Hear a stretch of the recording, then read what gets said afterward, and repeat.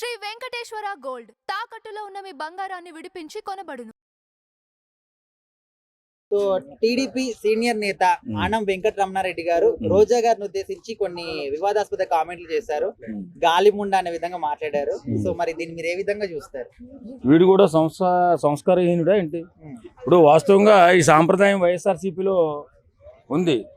సాంప్రదాయాన్ని దాటి మనం సంస్కారాలని చెప్పవలసిన వాళ్ళు మనం కూడా ఆ మాట మాట్లాడితే రేపు పొద్దున్న మనల్ని విమర్శించడానైనా ఉందా?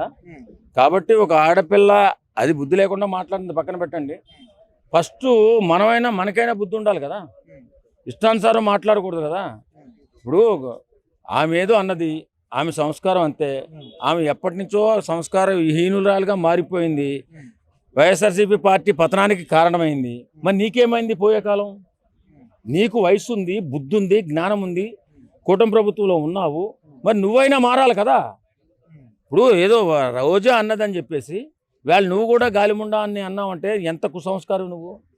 కాబట్టి సమాజంలో రాజకీయ నాయకులు సెలబ్రిటీస్ మాటలు మాట్లాడేటప్పుడు ఒళ్ళు దగ్గర పెట్టుకుని మాట్లాడితే యువతకు మంచి జరుగుతుంది. ఇప్పుడు ఆయన ఏమంటున్నారు, ఇప్పుడు గాలినా కొడుకులు గెలిచి అని చెప్పేసి ఒక వాడు మాట్లాడారు. అంతకుముందు పవన్ కళ్యాణ్ గారి భార్యని కూడా అవకాశాల కోసం ఎంతమంది దగ్గర పడుకున్నా అని చెప్పేసి చాలా నీచంగా మాట్లాడారు. సో మరి అలాంటి వ్యక్తిని ఈ విధంగా మాట్లాడడం తప్పేమి కాదనే విధంగా కూడా చాలా మంది అంటారు. ఇప్పుడు తప్పు కాదని సమర్థించినందువల్ల తప్పు కాకపోదు మిత్రమా. నేనేమంటానంటే అది తెగని గాలిపటం లాంటి ఆడది రోజా కాదని ఎవడు అండు. ఆమె వల్లే వైఎస్ఆర్సీపీ పార్టీ పతనం అయిపోయిందని చెప్పడానికి కూడా ఎవడో కూడా కాదండి. ఎందుకంటే ఆ మురుక్కాలవ లాంటి ఆ నోరు, ఆ కంపు కొట్టే ఆ నోరు, ఆ నీచ రాజకీయం, ఆమె రాజకీయాల్లో మొదలైన దగ్గర నుంచి పెద్ద పెద్ద వాళ్ళని కానీ ఉన్నత వర్గాల వారిని కానీ తిడుతూ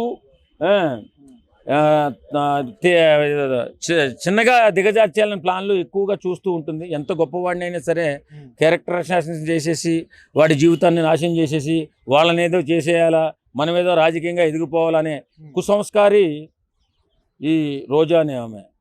సరే ఆమె మాట్లాడుతుంది, ఆమె ఆ గుణం అంటే దాని బతుకంతే అని చెప్పి చాలామంది చీచి రోజా నువ్వు కూడానా అని పవన్ కళ్యాణ్ లాంటి దేవుడు లాంటి పవన్ కళ్యాణ్ అన్నాడు.